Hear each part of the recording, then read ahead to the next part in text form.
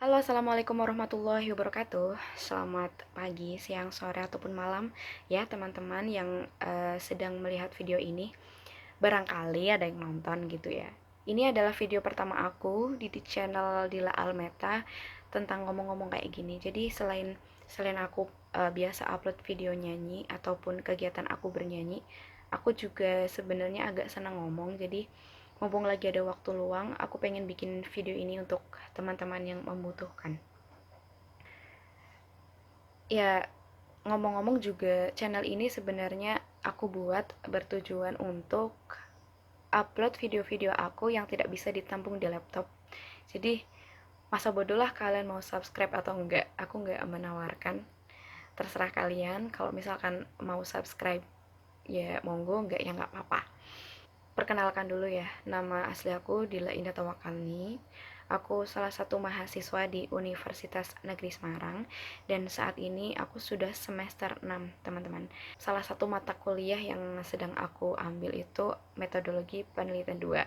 Nah, itulah mata kuliah yang menyebabkan aku bikin video ini. Jadi, minggu lalu itu ada tugas untuk menyusun hipotesis penelitian. Dan karena kita kan sedang menjalani kuliah online ya, jadi nggak bisa bertatap muka, nggak bisa bertanya jawab langsung dengan dosen, yang akhirnya kita disuruh untuk membuka entah itu jurnal ataupun artikel yang ada di internet untuk bahan pembelajaran buat kita, atau bisa juga dari dosen ngirim, habis itu kita belajar sendiri.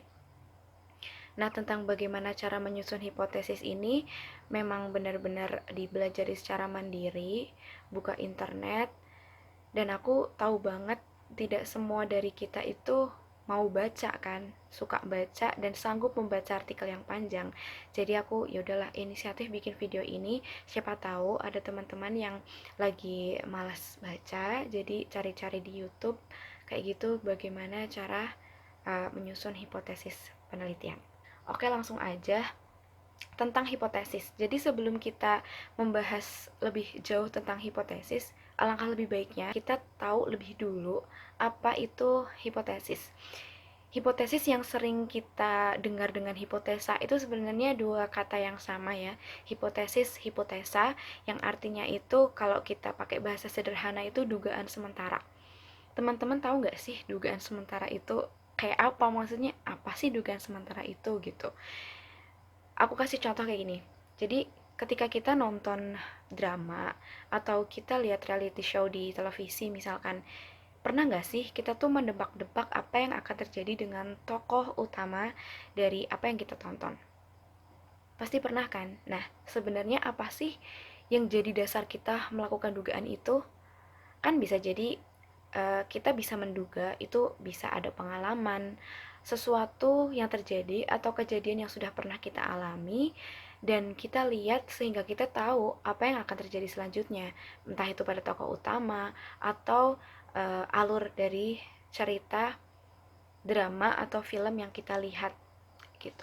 Jadi, hipotesis atau dugaan sementara ini jika kita maknai secara bebas, maka hipotesis ini berarti suatu kebenaran yang masih diragukan. Kebenaran yang masih diragukan, kalau misalkan diragukan berarti hipotesis itu perlu diuji dan dibuktikan kebenarannya. Untuk membuktikan kebenaran itu, hipotesis perlu dilakukan pengujian. Setelah terbukti kebenarannya, maka sebuah hipotesis ini akan menjadi sebuah teori. Nah, untuk macam hipotesis sendiri itu ada dua, hipotesis penelitian dan hipotesis statistik. Tapi berhubung aku bikin video ini untuk membahas tentang hipotesis penelitian, jadi langsung aja. Dan hipotesis penelitian sendiri itu ada 3 macam, teman-teman. Yang pertama hipotesis deskriptif, yang kedua hipotesis komparatif, dan yang ketiga hipotesis asosiatif. Jadi aku akan uraikan satu-satu biar teman-teman paham. Yang pertama hipotesis deskriptif. Hipotesis ini bisa didefinisikan sebagai dugaan atau jawaban sementara terhadap masalah deskriptif yang berhubungan dengan variabel tunggal. Jadi aku kasih contoh misalkan gini. Seorang peneliti ingin mengetahui misalkan apakah bakso di restoran bakso Idola Malang itu mengandung boraks atau tidak. Nah, maka dari dari masalah ini, si peneliti ini dapat membuat rumusan masalah. Rumusan masalahnya kalimatnya seperti ini. Apakah bakso di restoran Bakso Idola Malang mengandung boraks? Nah, jadi variabelnya itu bakso di restoran Bakso Idola Malang. Susah banget ya nama restorannya. Ya, itu variabelnya tadi, variabel tunggal menggunakan hipotesis deskriptif. Nah, terus dari situ kita tuh ada dua pilihan hipotesis nih yang bisa digunakan berdasarkan teori yang digunakan. Yang pertama, bakso di restoran Bakso Idola Malang mengandung boraks. Yang kedua, bakso di restoran Bakso Idola Malang itu tidak mengandung boraks. Oke, sorry aku pindah karena aku mau memperdekat diri dengan colokan lowbat. Kemudian yang kedua itu ada hipotesis komparatif. Teman-teman tahu lah ya, komparatif perbandingan. Jadi hipotesis ini dapat didefinisikan sebagai dugaan atau jawaban sementara terhadap rumusan masalah yang mempertanyakan perbandingan atau komparasi antara dua variabel. Contohnya gini, seorang peneliti pengen tahu nih bagaimana sih sikap loyal antara pendukung klub sepak bola A jika dibandingkan dengan sikap loyal pendukung klub sepak bola B. Jadi kita tuh kan pengen tahu apakah A dan B ini memiliki tingkat keloyalan yang sama atau tidak, kayak gitu. Rumusan masalahnya, apakah pendukung klub sepak bola A dan klub sepak bola B memiliki tingkat loyalitas yang sama?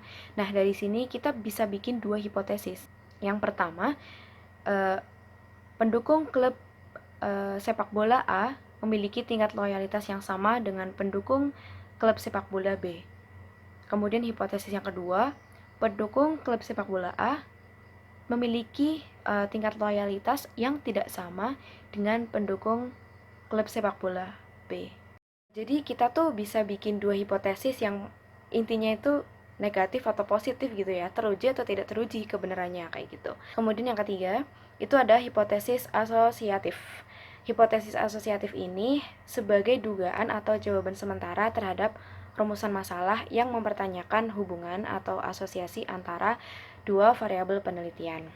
Contoh, seorang peneliti ingin mengetahui apakah film sinetron yang berjudul Anak Jalanan itu mempengaruhi gaya remaja laki-laki dalam mengendarai motor. Sebagai peneliti, kita bisa bikin rumusan masalah seperti ini. Apakah sinetron berjudul Anak Jalanan mempengaruhi gaya remaja laki-laki dalam mengendarai motor, kayak gitu. Nah, kemudian kita di sini kenalan dulu ya sama variabel-variabelnya. Variabel yang digunakan itu variabel jamak.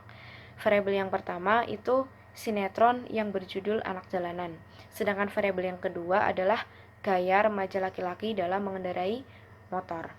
Nah, karena rumusan masalah ini mempertanyakan perihal hubungan antara dua variabel, maka hipotesis yang kita gunakan adalah hipotesis asosiatif gitu. Kemudian ada dua pilihan hipotesis yang dapat kita buat berdasarkan teori yang digunakan ya. Kalau positif berarti sinetron yang berjudul Anak Jalanan memengaruhi gaya remaja laki-laki dalam mengendarai motor. Sedangkan kalau negatif berarti sinetron berjudul Anak Jalanan tidak memengaruhi gaya remaja laki-laki dalam mengendarai motor. Kayak gitu teman-teman. Nah, setelah itu tadi tiga macam hipotesis sudah dijelaskan, di sini juga aku akan menyebutkan.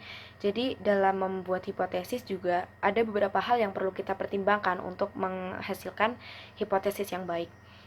Ada 6 yang disebutkan oleh Muhammad Nazir. Yang pertama itu harus menyatakan hubungan. Yang kedua harus sesuai dengan fakta. Yang ketiga harus berhubungan dengan ilmu serta sesuai dengan tumbuhnya ilmu pengetahuan. Kemudian yang keempat itu hipotesis harus dapat diuji. Yang kelima harus sederhana. Dan yang terakhir harus bisa menerangkan fakta. Ya, pokoknya kita sebagai peneliti ketika merumuskan hipotesis itu kita harus tetap mempertimbangkan fakta-fakta yang relevan, masuk akal dan tidak bertentangan dengan hukum alam. Supaya apa? Supaya hipotesis yang kita buat ini dapat teruji gitu loh. Berarti sekarang saatnya kita membuat hipotesis gitu ya. Setelah aku jelaskan tadi. Semoga sih kalian paham gitu ya. Kalau untuk ini, untuk langkah-langkah membuat hipotesis, aku bacain aja karena takut salah ya. Perumusan hipotesis. Jadi awal terbentuknya hipotesis ini dalam sebuah penelitian biasanya diawali dengan dasarnya itu terkaan. Untuk memudahkan proses pembentukan hipotesis, seorang peneliti itu biasanya menurunkan sebuah teori menjadi sejumlah asumsi dan postulat. Asumsi-asumsi tersebut dapat didefinisikan sebagai anggapan atau dugaan yang mendasari hipotesis. Kemudian fakta ilmiah sebagai acuan kita dalam perumusan hipotesis. Selain menggunakan teori sebagai acuan, dalam merumuskan hipotesis kita juga harus menggunakan acuan fakta. Secara umum, fakta dapat didefinisikan sebagai kebenaran yang dapat diterima oleh nalar sesuai dengan kenyataan gitu lah ya, yang dapat dikenali dengan panca indera. Nah, fakta ilmiah sebagai acuan perumusan hipotesis itu dapat diperoleh dengan berbagai cara.